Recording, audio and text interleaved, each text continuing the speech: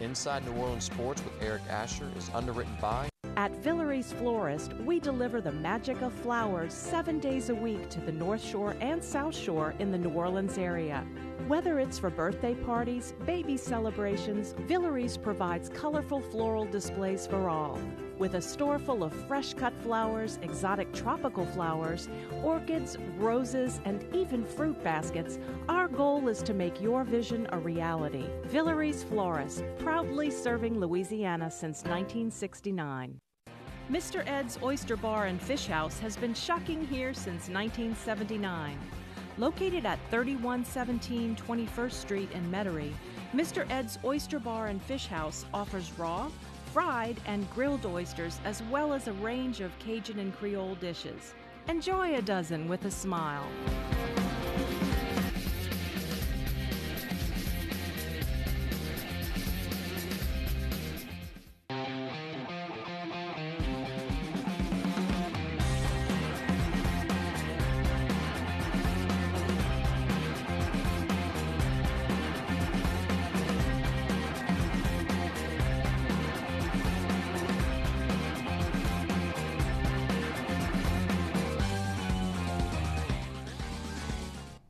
Good evening, New Orleans, and welcome to Inside New Orleans Sports. I'm your host, Eric Asher. Over the next hour, we talk all about the home teams, the New Orleans Saints, the LSU Tigers, the Nicholls State Colonels, and the Tulane Green Wave. Tonight, to break it down, one of the best, Mike Detillier joins us. Mike, how are you? I'm fine, Eric. Always Thank good you, to buddy. have you. Great Thanks to be so much here. for coming down. And man, that little school on the bayou making some noise, huh? Harvard on the bayou, brother. It's unbelievable. You know, I tell this to Timmy all the time that when he took over, Nicholls was 1-28 in Southland Conference play in the last 29 games. And look what he's done in 3 years to turn that program completely around. You could basically drop like a dime. And that's his recruiting area, you know, around the Thibodaux area, New Orleans, Baton Rouge, a little bit out west. But he's done a fabulous job, certainly helped by Chase Forcade, which to me, that he's been the catalyst. He's to the this. guy that got it started. No question about it. On the defensive side of the football, Sully Lesh. You know, my cousin Tim coached him at Lutch, and he was always telling Mike, you got to find him a Division I school. He's that good. But everybody thought he was too small to play, and he's been a monster player for Nicholls State. And then they go out and get a JUCO kicker and Laurent Fonseca. And I told Laurent, listen, when you miss, you Fonseca. You know, listen, you're on the bayou, you miss, you Fonseca. When you kick it good, you Fonseca. He's the coolest cat they got out there. First game last year. You know, I just seen him kick in practice, but never in a real game. So watching this, I'm sitting next to Coach O. His boys are playing at McNeese. And Tim sends the special teams unit on there to kick the game-winning field goal. All 10 of them run on there. And Fonseca is the last dude to walk on there. Just took his good old time. He snapped the helmet, you know, and he just, you know, started taking his good old time. And O turns to me and he says, all I can tell you is I bet he hits it. He said, I can tell by a kicker's demeanor. He hit that thing square. I'm telling you, Eric, he never watched it. He kicked it and ran to the sidelines. I mean, that's how he was. And then against Kansas, he's put in that pressure spot to put him in overtime, kicks it right down the chute. But, you know, Timmy's done a great job recruiting. Kendall Bussey coming over. Kendall is a huge addition to the lineup. Dontrell Taylor is also a really good back. St. Pierre at the receiving position, Damien. Their offensive line has depth. Getting Ronald Ollie back up front along the defensive line, along with Sully and Pittman from Destrehan, really good linebacker. So, you know, like in Invincible, you know the deal with Dick Vermeil. I want to hear the noise back again in the stadium. Well, Timmy brought the noise back to John L. Guidry Stadium, and he got the buzz. And this week playing a huge game against Tulane. All I know is for all the parties I've been invited to, there ain't going to be many people left on the bayou when it's all over with. Man, everybody's headed to New Orleans, going to party before the game, and win or lose, going to party after the game. Yes, indeed. Now, you talk about that. I mean, a lot of people thought that Nicholls had a chance to beat Kansas, but you're talking, again, that's a Power 5 conference team. They might not be a really good team, but That is an accomplishment for this program. No question about it. You were so close 2 years ago. Yes. You go to Georgia in Athens. You have a lead with 7 minutes, 12 seconds left. I get a phone call from ESPN Radio in Bristol and saying, you have to come on now. This is unprecedented. And so everybody now is turning that channel to watch Nichols with a lead over Georgia. And they lost it late. But you went toe-to-toe with a team 18 months later is playing for the national championship. Yes. Last year, they it's a tie ball game in the fourth quarter against A&M. And who comes up big? Kendall Bussey. Yes. And makes a couple of huge runs, ends up winning the game for Texas A&M.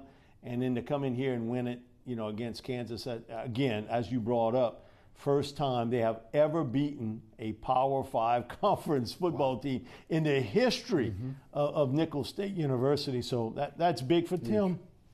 And he's got it going. Yep. Of course, 26-23 in overtime. Nicholls State beats Kansas. They travel to Yeoman this weekend, as Mike was mentioning. They're expecting a huge crowd. A lot of that folks. May be a sellout crowd. Well, I'm telling you, look. That may be a sellout. And we've talked about it in the past. Tulane, the fans need to show up. They need to support their team. Down in Nicholls, they're supporting that team. They'll be traveling well to New Orleans. When you win, it's funny how it's true, right? Everybody's opinion changes. Yes. When I saw Tulane, I taped the game and watched it Friday. Their inability to run the football. Now, again, you don't have Dontrell Hilliard. Right. Sherman Beatty was on that team a year ago. You rushed your football 42 times, but you only averaged 3.7 yards a carry. Now, Eric, that's not good. You look at it a year ago, you averaged 4.8 yards a carry. You've taken away a yard and a little more every carry. Now, your defense really played well. I think it was 3.6 yards a carry you gave up. But everything's on the back of Jonathan Banks here. It is. To make a play. You got to give him some help up front. You got to be able to run the football a little bit better than that. If I'm Tulane, my one weapon, and he certainly came up big, was Unkelod. I mean, Tehran came up big in that football game against Wake Forest, is that if I'm Nicholls, my thing is you're not going to beat me out to the edges because I don't think you can run the football against me. It's an interesting matchup between the two teams of how they're going to play this. And again, now it's quarterback versus quarterback here. Yes. With Banks, Forcade. Right. Speaking of Banks, first half seemed to be worried about staying in the pocket. Maybe, again, hearing a lot about what happened in the offseason. They don't want him running as much. Second half kind of cut loose, and we saw Jonathan Banks, and, of course, that's when Tulane really started to step up.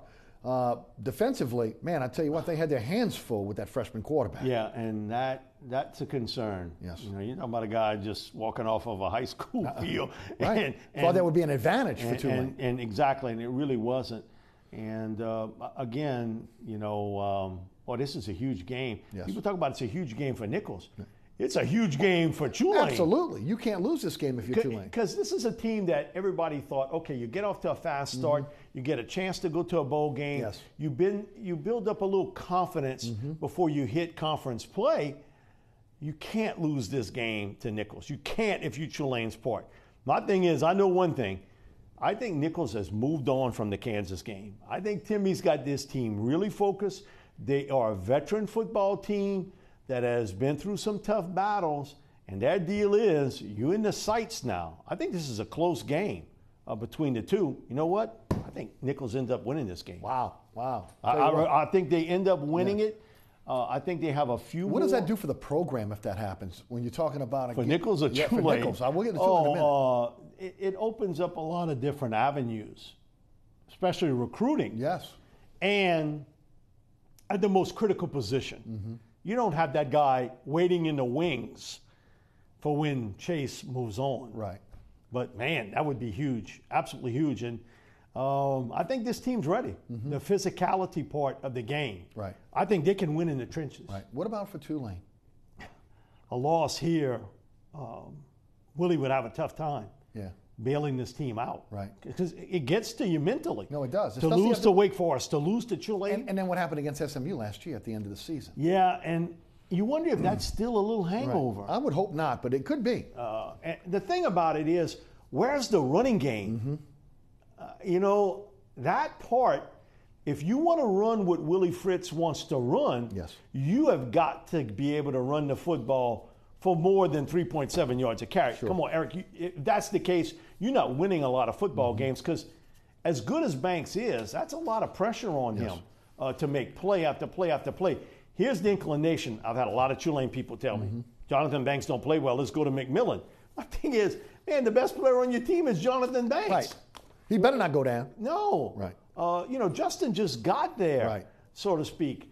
So he's a nice insurance policy, but you don't want to have to use that insurance policy. And you not now. You don't want to use it in September. Yeah. And again, defensively, I thought they really played the run pretty well. Yes. What surprised me is that the kid could throw the football really well in Wake Forest, and he had some dynamite. Right. Goes to show what this game is all about players. Without having Nickerson back there, without having Perry. Oh, absolutely. Who he could take one side of the field. Okay, I got it. Now, it goes to show you this next man up theory is a bunch of caca. It don't work, next man up. Depends on who the next man is. Listen, LSU's going to find out with the loss of Calavian Chason. Right. That next man up, he ain't as good as what Calavian was. I mean, he's a rare tiger, so to speak, on the football field. And I look at Perry Nickerson, he's that type of player you don't get often. Yes. And he was tremendous one-on-one downfield and making sure that one side of the field he was going to take care of. And then you go back to Beatty and Hilliard. That 1-2 combo was really good last year for the Wave. I don't see that right now. Speaking of LSU, now 1-0, beat Miami 33-17. Miami 8th ranked at the time, LSU 25th ranked. A lot of people didn't see this one way or the other being a blowout. Maybe Miami blowing out LSU, but not LSU blowing out Miami. First, what does this mean for Coach O? Okay, because again, I've talked about it being a game that changed the narrative of the program with everything that was negative coming in to this season. Coach O did a great job in terms of coaching this team, getting them ready for this game. We know what Aranda did, who was magnificent on the defensive side of the ball. But from your standpoint, it definitely quiets the masses for at least a week. But what does it do for the confidence of Coach O, the confidence of maybe some of those guys on the fence about him being the head coach at LSU? That I think he really could care less about. The confidence for his football team, I think, is the most important thing. All of us knew defensively they were going to be really good, but question marks. What was going to happen in the kicking game? How well Joe Burrow would handle it, not having been there in the spring. My biggest concern was the offensive line, how that was going to mesh. The receiving core, and O is actually kind of tipping everybody off. Last scrimmage, we had 6-7 drops. We had 3 in this game. So there were a lot of question marks going into the game. But, I thought they'd win by a touchdown. Okay. But I would have never guessed that at one time I'm looking at it, it's 33-3. Dominant. Here's the thing, Eric. I did 11 shows from noontime until kickoff. Most of them national shows. Not a one person picked LSU. Every one of them picked Miami or Florida. And they were like, why are you picking this because of your buddy? No, I'm picking this because I think LSU will win the game. I'm not going to pick it because he's my friend or anything else. Right. I mean, that's just the way it is. I think LSU's defense will be able to do a really good job. I think Aranda and that pressure was relentless. And I think what you saw was the weakness of Miami up front along that offensive line. They could not block.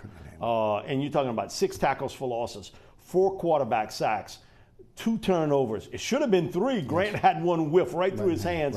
The funniest thing, Eric, and I was telling this to Avery, I was like, if we'd have a dime for every person since that Notre Dame game until the game Sunday that have come up to me and said, hey, what's wrong with Coach O? Why don't we see that fire in him like we saw when he was an interim coach? And my comment to him is, sometimes people can sort of put that in your head. You got to act a certain way as a CEO. Hey, what the hell does that mean? You got to be who you are as a person. You know what? One thing you can't fool an 18, 19, 20, 21-year-old kid is, hey, you're not yourself. And I think at times last year, he tried to be this stoic coach and no emotion and everything else. All I can tell you is you saw the full fury of Eddie O on the sidelines. Listen, I've seen him like that on and off the field, so to speak. And you saw his emotions swing from Tropical Storm O to Category 4 Ogeron. And somebody who wasn't real smart put that live mic next to him, and you caught the full glance of it. And if you're a good lip reader, you could really read it. You saw the guy that's who I remember him by. And you can have people convince you, you got to change, you got to do a certain way. You know what? Be who you are. Be the guy that's why they hired you, to be a motivator and to be fiery with these guys and be the recruiter that everybody thought you would be. You can't be something else. Look, Nick Saban, he goes from this range to this range in a matter of seconds.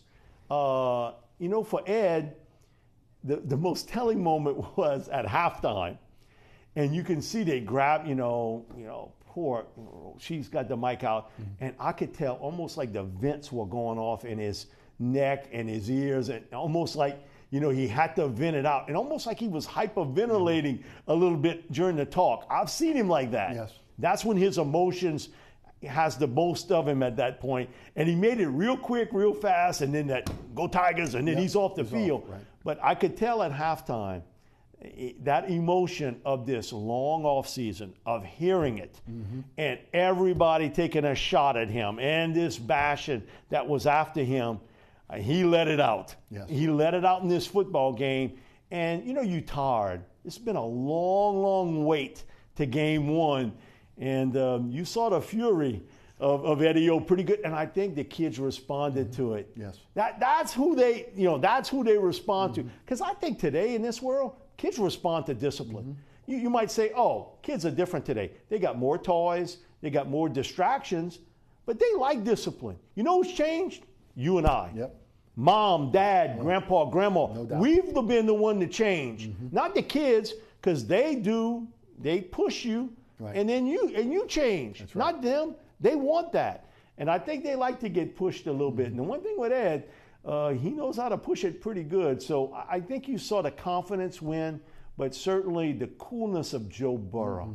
Under heavy duress, offensive line play was erratic. It was. And even Ed at the end of the game was, listen, we got to work on that and that sort of thing. So I think he's sort of telling you ahead of time, listen, 5 as 1, and that's, I think, the last piece of the puzzle, to always be put in place for any team. You watched Auburn.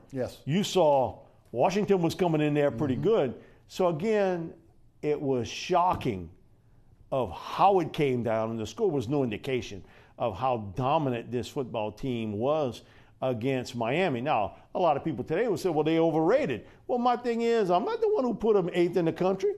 These national guys are the one that did that, and they won 10 games a year ago. So you understand that they're coming back with an experienced quarterback. Their defensive line is real good. They may have the best linebacker core LSU will face all year long.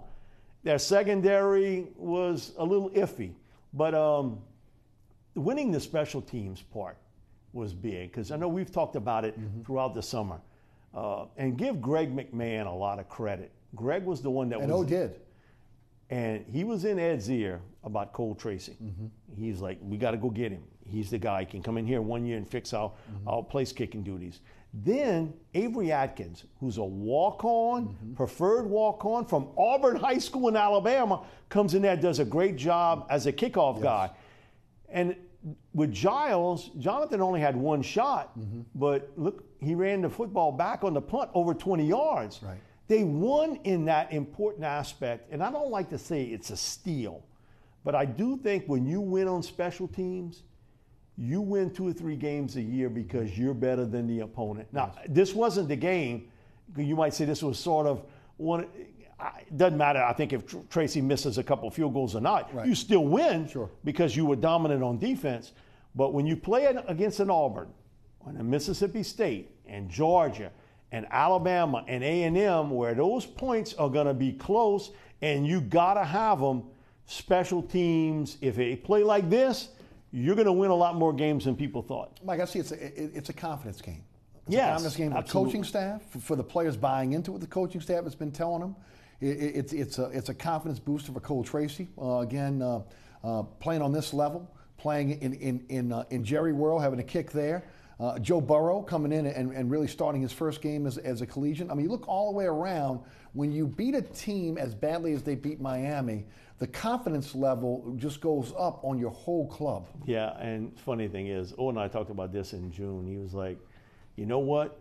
We played in front of more people in high school than this kid has played in a college deal. And you know what I mean? He said, I think he's a really good kicker, but we don't know how he reacts to that point to come in there to kick again. And he hit that 54-yarder and, the three, afterwards. And so that gives your football team a little confidence in your special teams. And so now let's build off of this. Nothing's ever going to be clean in any game, especially in game one.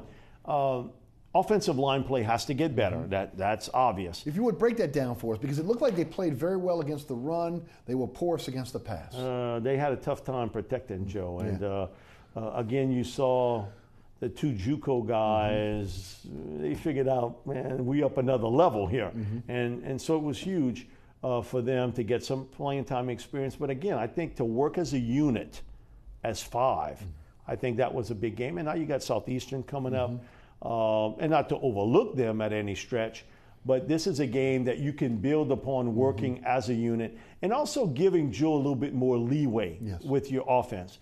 I think that if Ed had to do it all over again, one of the things he'd have done different would have been when you had the lead and knowing Manny was selling out to the run, was to throw the little short pass on first down, just to get him off the line of scrimmage a little bit. I know he was playing the odds that, hey, listen, we got this game under wraps. Let's, they can't beat us if there's no time left on the clock.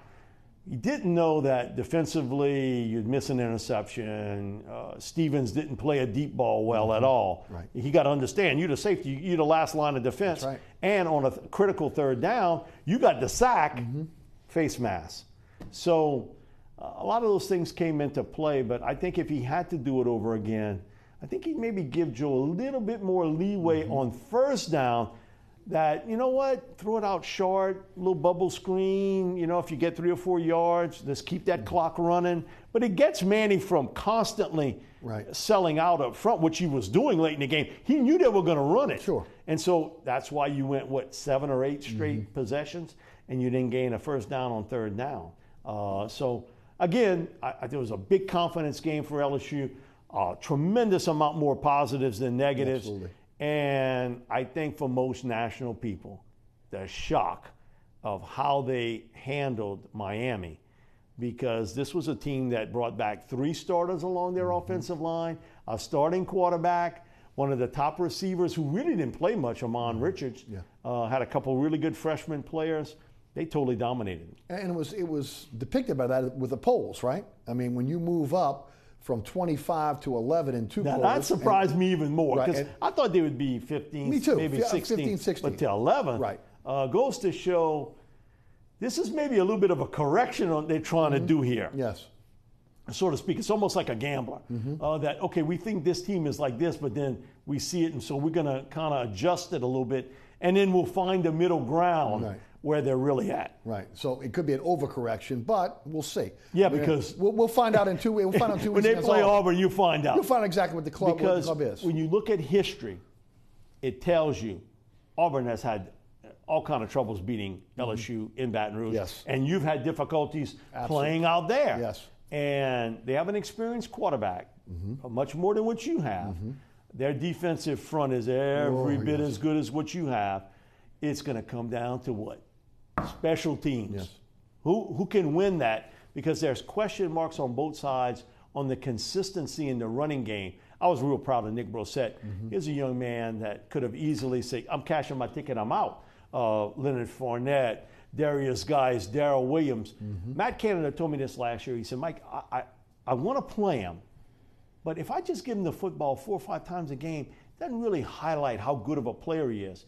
He said, I think he's the type of back He's got to carry the football 12, 14, 16 times, and then he starts to kind of beat up on you. Now, he rides a little high in the saddle because that's how he's built. Yes. He said, unlike Darius, who was, sort of hard to knock off his pegs because he ran with a low balance. And it's funny, Matt told me that in the summer, but, I understood with Geis and Williams, he wasn't going to get it. And then he fumbles the ball the first time he carries the ball against Troy, and then that was it. Yep. Showtime at the Apollo, they got the hook out for him. Coach Ensminger, Coach Craig said the exact same thing. And hey, listen, it's his time. It's his moment to seize here. He's talented. And I do know one thing. He took full advantage of it. Proud of Nick of what he was able to do. When I went back and looked at the game a second time, I was so much more impressed with Joe Burrow. Seeing it live, I thought he handled the game very, very well. Watching it a second time, just seeing the checks, throwing the ball away, he seemed to have a grasp of the offense. And again, he wasn't flustered at all. No, I had two coaches for LSU tell me this. He's Peyton Manning smart. He spends 3.5 hours a day watching film. He's cool under pressure. He's going to make the right check downs. The other thing is to make sure that him and the receivers sort of were in the same kind of code. And you could see that was a little bit off on that, but for the most part, he was right on the money. He was. But, and also too, he was getting a lot of pressure right up the middle, which was difficult for him to move around. But I thought he handled it well. And you couldn't tell before the game or afterwards. He had the same emotion. He looked like a 14-year-old. Right. He was all calm. Hey, listen, it's fine with me. They have maybe got the guy, that we've been saying that's what this football team needs to take it to the next level. And also, too, Steve's been in that position. Steve took a lot of bashing in the offseason. Yeah. Steve's a good coach, okay? It was O's decision to put him there. I'm not real sure it was O's decision to hire Canada. Right. I think there was an outside influence on that for him to go in that area. But O did what he had to do. Hey, listen, when you get the job, sometimes you got to make amends. But I do think Steve's having played the position and sort of getting with him to let it flow. I think Steve did a really good job. And I thought, other than for a stretch where I thought they were ultra conservative, man, I think Steve called a really good game, too. I think he did a really, really good job. Talk about the wide receivers. You mentioned it a little bit earlier. You got some young guys that are expected to be contributing. Man, the drops, ball's right there. You got to catch the football. Yeah, that's tough. I will say this. I've been saying it. Breakout player, Justin Jefferson. He don't drop nothing. No. Gets open. He's not the biggest, fastest, strongest, quickest. He knows how to set you up. He gets separation downfield. He makes the catch, and then he's got some scoot afterwards. And you can tell Joe Burrow, I trust you. Yeah. You're going to get open. I trust you. But it's how he's in sync with Terrence Marshall and Jamar Chase. Right. That was really impressive. That he sort of knew that they've been working and that rapport is there. I think you'll see a little bit more of Jonathan Giles. I think that they want to get him the football because I think in space, he's the best open field runner that they have as a receiver. Surprised Foster Moreau didn't get more involved in the offense? I think when you don't need it, why throw it to, I maybe keep that in my pocket a little bit, but I think you'll see a lot of two tight end sets. I think when Moss comes back healthy, I think you'll see Foster and Moss sort of split out. Because I think it opens up the running game a little bit, that you've got to be able to match up. And you saw Miami with a little bit of confusion at times of, what am I going to do here? They went 3 wide out, 4 wide out. And, and for them, I think their deal is, that was all a bunch of talk. I think they saw it, and there was a little bit of confusion of where we got to go. But you look at the play Brissett broke on the run. Yes. Burrow, at the corner of his eye, sees Shaq coming off on the blitz, and he runs him he makes him audible and runs him to the other side, wide open. He takes off. Now listen, I've seen senior quarterbacks at LSU not make that maneuver. Right. That goes to show coach's son understands this game, totally different level. Right. Plus, from what I understand, taking just one class because he is a graduate. and everything else is football right now. Again, so that helps. Football is his life. Right. Now listen, he's wired a little differently, but you know what? I don't mind if you can play. Yep. You know, whatever quirks you got, I can deal with. Now, what I don't want, and I think every coach would say the same, unless he's a great player, I don't want a guy who's like this one day and then he's up on the mountain, then he's down in the turf. You got a personality that's wildly erratic, and how you handle that, that's not Joe. Joe's got one personality. He is who he is. And so sometimes I think maybe they've had that erraticism at quarterback personality-wise, where you see a good day, a bad day, a good day, a bad day. And I'm not talking about on the field. Right. I'm talking about, you know, handling the pressures of being a major college quarterback. Right. That's different than doing that in high school. Totally different. You mentioned it briefly, Chesson now going out for the year. By committee, it will be Anthony. It's going to be. I think they want to give Andre every opportunity to seize the moment. Now, anybody that can tell you what Andre can do, the only thing they go on by is what he did in high school. Yes. Had the academic situation, and then he got hurt last year. We saw him in the spring, and he looked really good. I want to see the closing. That's what separates Calavion from everybody else. And that's maybe 2 or 3 of them in the country that can do it like what he can. That ability to get from point A to point B so fast. That's what makes Von Miller, Khalil Mack, Cam Jordan, that ability to close on the quarterback. Yes. So I want to see that in Andre.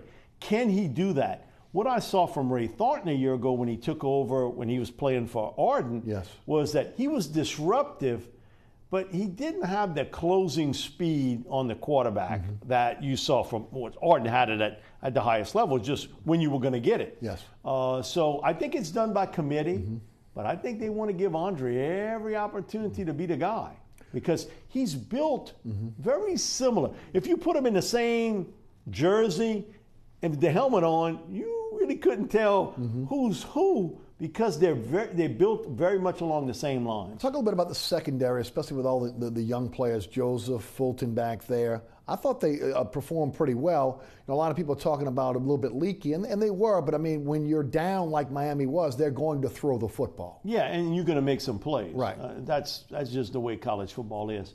I thought they did a really good job. They tested Greedy once or twice. One time they made a play, the other time wasn't going. You could see that with Christian, that time off, he misplayed a ball more than anything. And that's what happens when you're not playing. Yes. You're going to misplay that ball. But I thought he was pretty sticky on the coverage. Me too. Kelvin Joseph, that was a nice throw. He got beat on. Kelvin's going to find out. Tall kid. He's got length and he's got great height. Yes. He can get to the ball. With Delpit, I know why he's playing safety and not receiver. But, you know, Grant is a guy that they trust a lot. I think the most important player in their secondary, and he got hurt, was John Battle. That team plays, listen, the key guy is Rashard Lawrence, because I really think he's the hardest to replace if he gets hurt. He's really good against the run. He occupies 2 blockers. He can run the field well. He's the emotional powder keg on that team. And you can see, you know, he kind of gets them rolling a little bit. And he's a good pass rusher. He's not great, but he's good. And he gives it to you. Those offensive linemen, they don't want to be next to him because he put it to you each and every play. And John Battle is the communicator. He's the guy who chirps constantly. He never stops talking. And he gives that communication to the young defensive backs. When he left the game, I think that was a loss for LSU. Now, Todd Harris, who's got similar traits, then he gets hurt. Right. So now you got Stevens in the game, they bounced him all over the place a year ago, who I think is going to end up being a good player for LSU.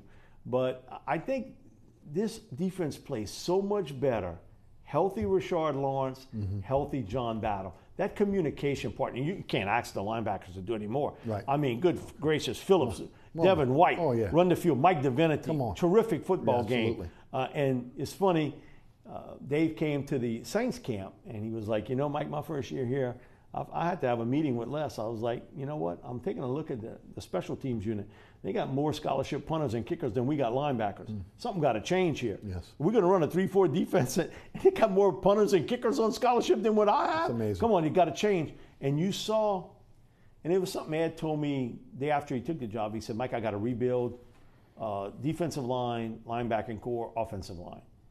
And I think he's rebuilt the defensive line and the linebacking unit. I think the offensive line is still a year away. Right. Of course, the loss of Ingram hurts. Ingram, and then he loses McGee. McGee, right. For 3 weeks. Yes. So, but losing Ingram was a big loss, but still one of the hardest positions to find. Yep. Those tackle spots. No doubt about it. Hate to put you on the spot. We got about a minute or so if we have to go to break. Auburn 2 weeks. LSU good enough to beat Auburn? I think they're good enough, but history tells me Auburn wins. Again, and I'll go with the more experienced quarterback. I think it'll be close, but I think the line on that game may end up being like 8.5, 9, 10 points. That's a big line. But again, if you look at history, it tells you LSU has had difficulties there, and they can't beat LSU in Baton Rouge. I think in a close game, Auburn wins. You're watching Inside New Orleans Sports. I'm your host, Eric Asher. Tonight, our guest is Mike Detillier. We'll come back. We'll talk New Orleans Saints. Stick around.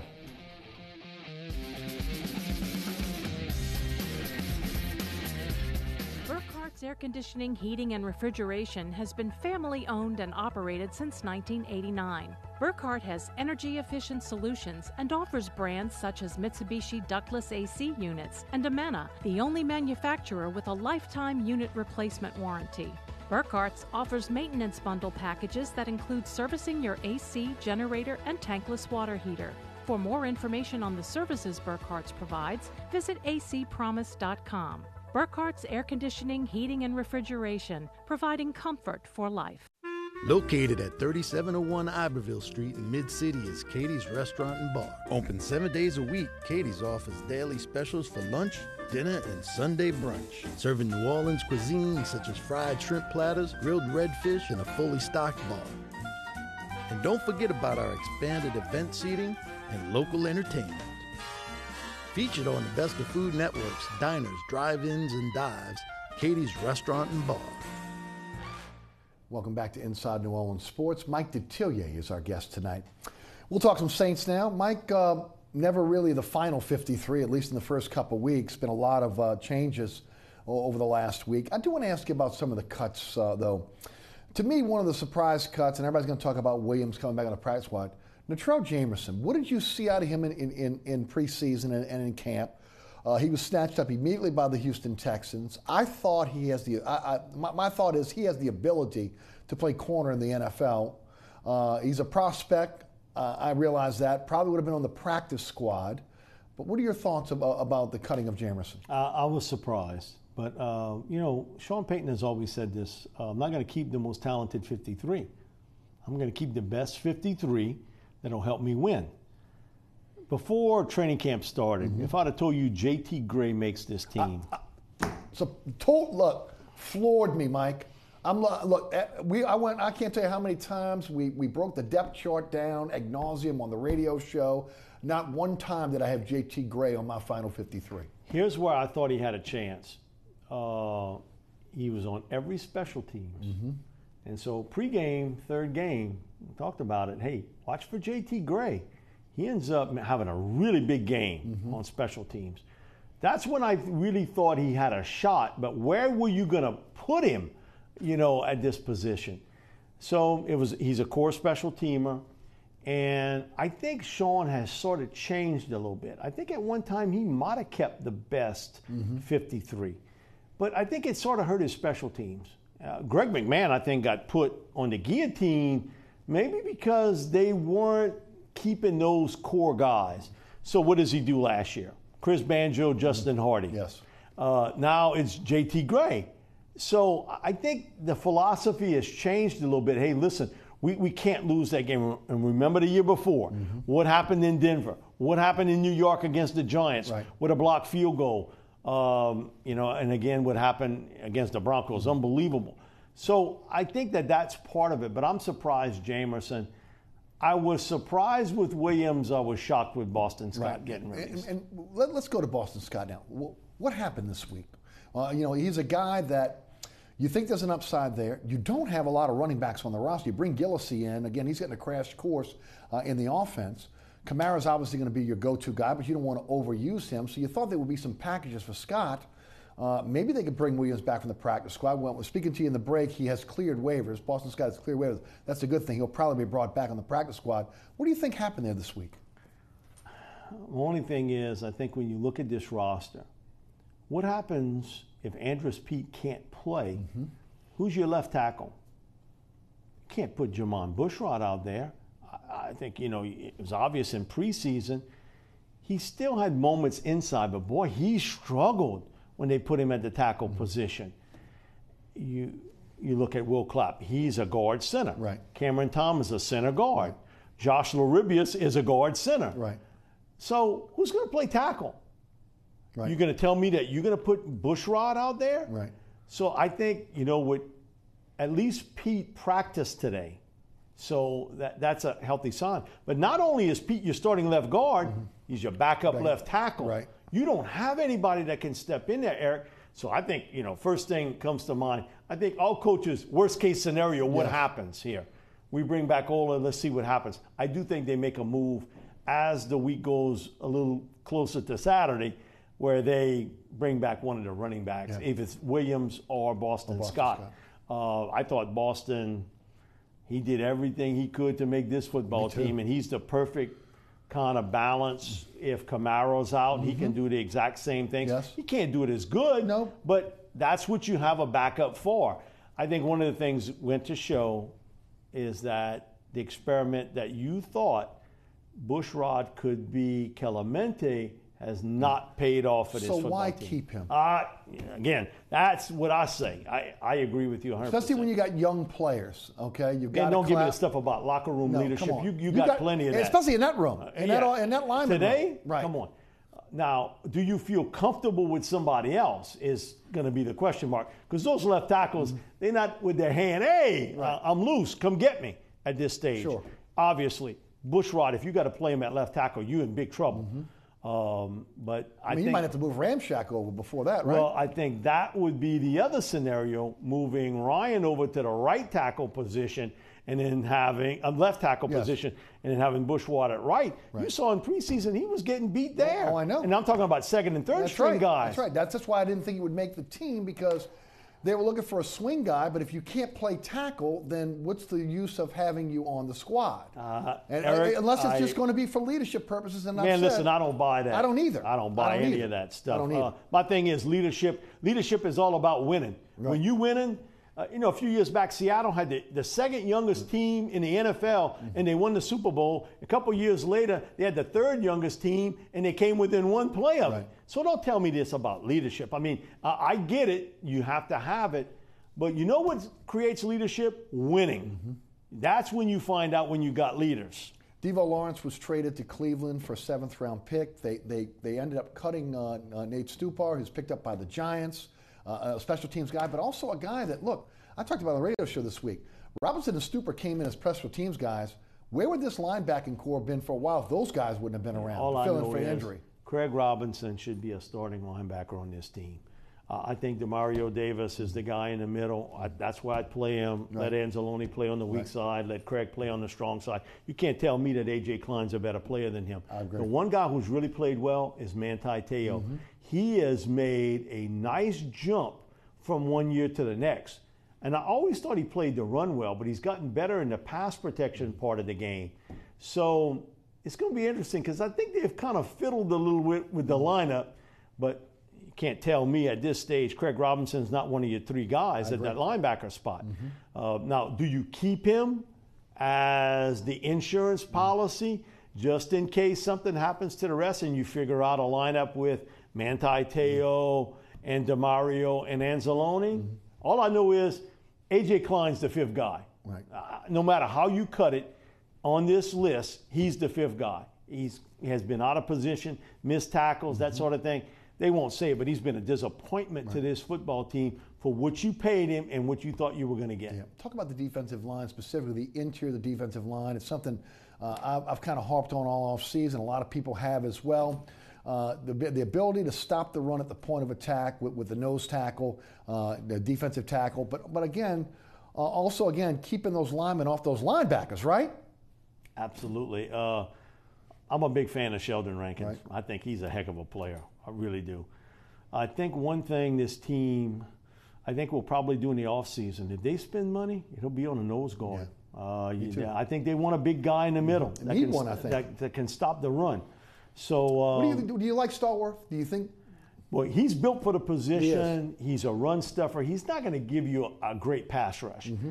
He's going to push the pocket, but he's not going to be the pass rusher.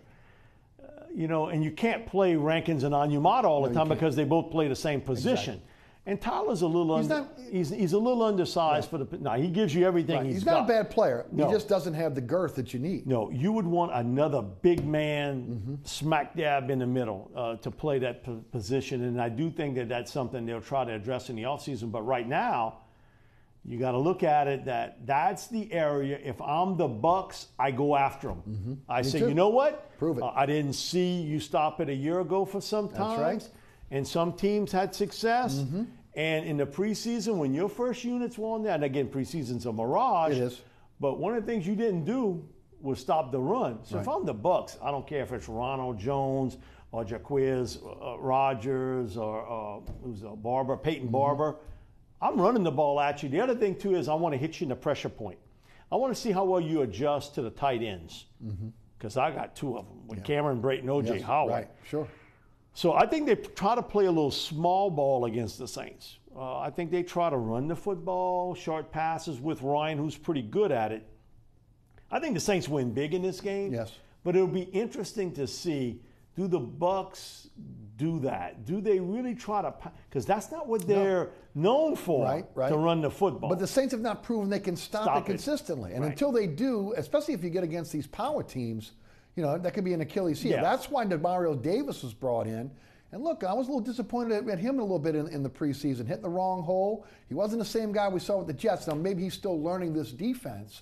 But my expectations were higher for him than what I saw in just that little snapshot. I think if there was any question mark going into the season, and it's still there today, how well they stop the run. I agree, no doubt. I think when you look at the other phases, you see the development of the receiving corps. With Traquan, who's really he's going to be a star. He's going to be a really good player. I think the edge guys in time will come through for you. And if Okafor is healthy, and Marcus Davenport has done it in spurts, but that's what you thought you he can would use do. him as a situational player. Look, you almost got to throw out what you gave up for him. Right now, it's the season. He's got to produce. I mean, we can hash that out later, but. They got to have some packages that will allow him to be able to do what he does best, which is rush the passer. Yeah, and one of the things Ryan Nielsen told me, we worked the offensive-defensive lineman camp together, and he's like, Mike, listen, athletically, he's off the charts. There's not many like him. And he's really smart. You don't have to tell him something 2 or 3 or 4 times. He gets it. Right. He said, what I want to see with him is when he's 0 and 22, he doesn't make a play. And he said, listen, it happens to all of them. That they get out there, they don't make a play against the run. Cam Jordan in his early years. Yeah, they don't make a play. You don't rush the quarterback well. They don't get a pressure. How well he mentally handles that? Because you know what I want him to do?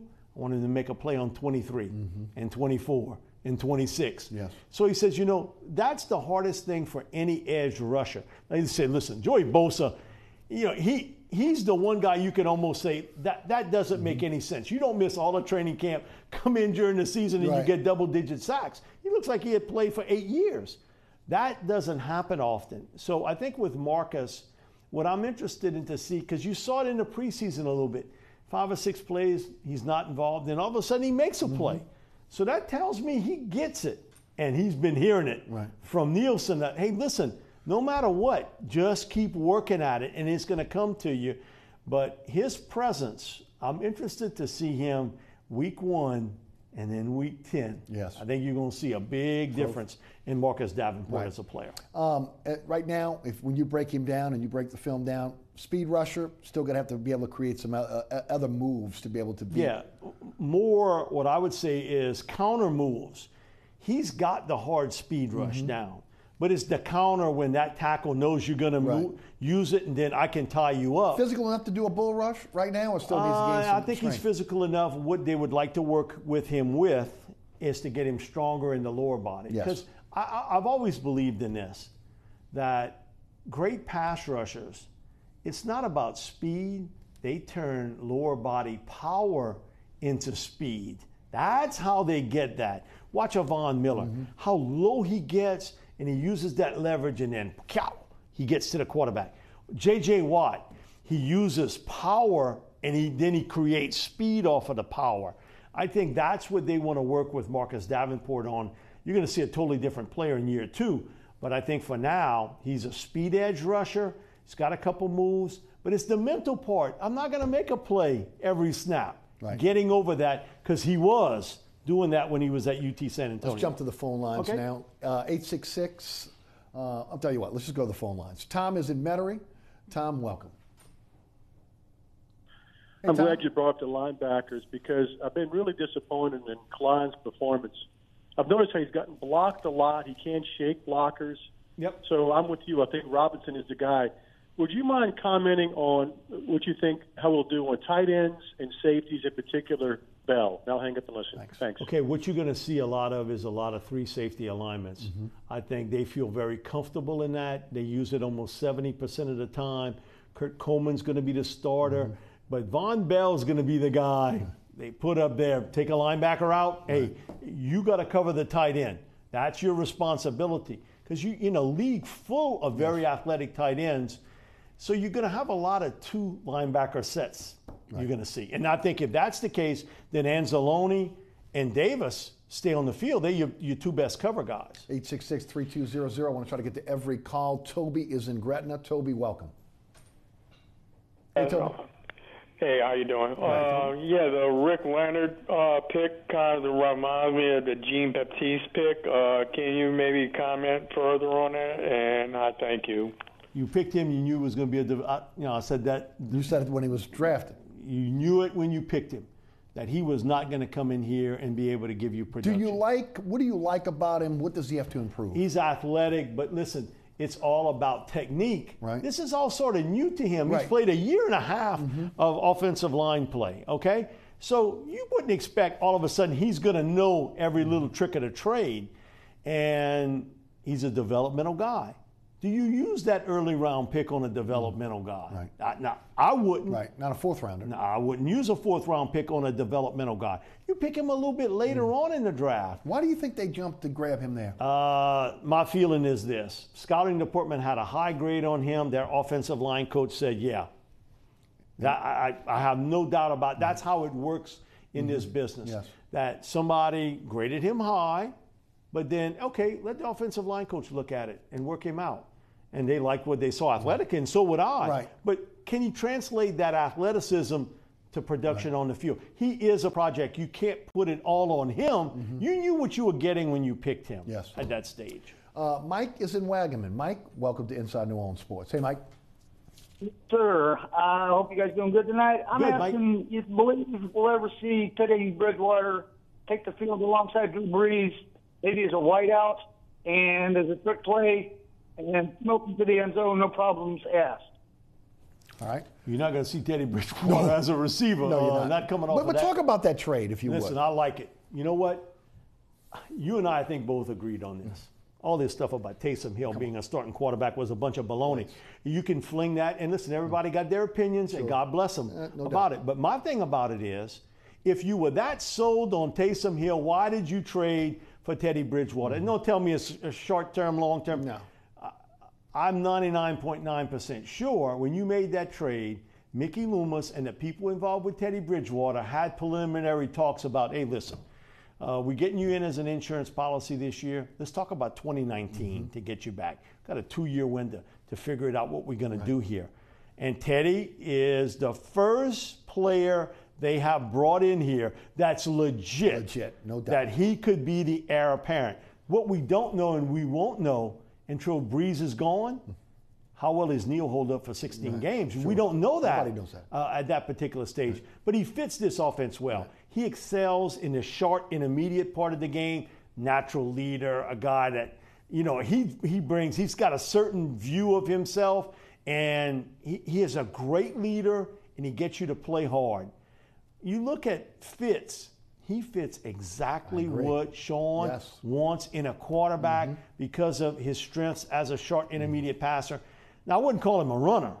He's a scrambler. But he can get out of trouble. He's a scrambler more than anything. He was like that at Louisville. Yes, he was. And when watching him with the Jets, he was similar. He got out of trouble. Did. I watched a couple games. And listen, the Jets don't have 5 blocks of granite blocking for him either. Exactly. But I like the trade, and I think when you all chips in the NFC, where this is going to be brutal with these teams, with Atlanta, with Carolina, with Dallas, the Giants, Philly, now with Chicago, with Khalil Mack, Green Bay, Minnesota, the Rams, man, you better not fail at the quarterback position.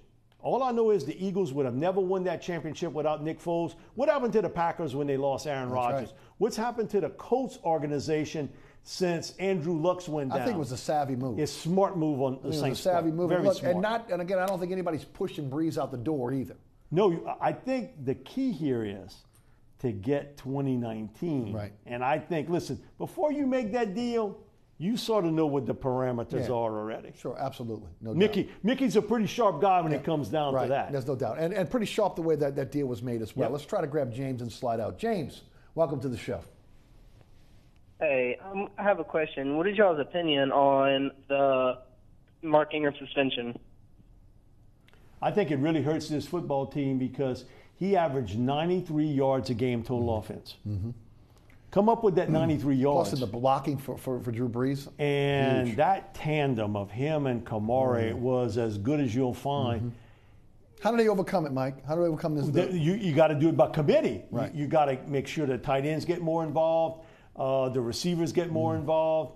You can't ask Alvin Kamara to touch the football 25, 26 times a game. So you're going to have to get your running backs involved in here, this running back by committee thing too. So again, not one person is going to fill that 93 yards a game. Now, listen, his loss is major for this team. Now, they have enough weapons on offense to overcome it.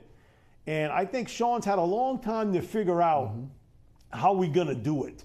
But I think one thing he wants, he knew how successful his teams have been, 09, 11 last year, with balance. 55-45. You threw it 55, you ran it 45. That's the balance I would want. What about, again, the tone he sets with his physicality? Well, that changed in him. Because you remember early when he wasn't there, a guy. He was a guy like most backs. I'm going to outrun you to the edge. That's know what? Them guys can run too. That's right. But he's become a better finisher, a more physical runner after first contact. And we'll see how well Gillislee in the short term. Because I know Mike, that's what he excels in. Right. But he got to hold on to the ball because he has had a tendency. It's the reason why he's on his 15. Right. He's got a tendency to put the ball on the turf. Yeah, he should get quite a few carries this week. I would expect he will. No doubt. Mike Detillier, as always, thanks so much Thank you so much, Eric. Appreciate it. And one of the best, no doubt about it. Thanks so much for tuning in. Remember, there's a rebroadcast of this program each and every Friday night right here on WLAE-TV at 10 p.m. Also on Pelican Sports Television. That's 9 o'clock every Friday night. You catch me on the radio. Sports 1280. Also 101.1 FM HD2 on the iHeartRadio app. That is noon to 2 weekdays.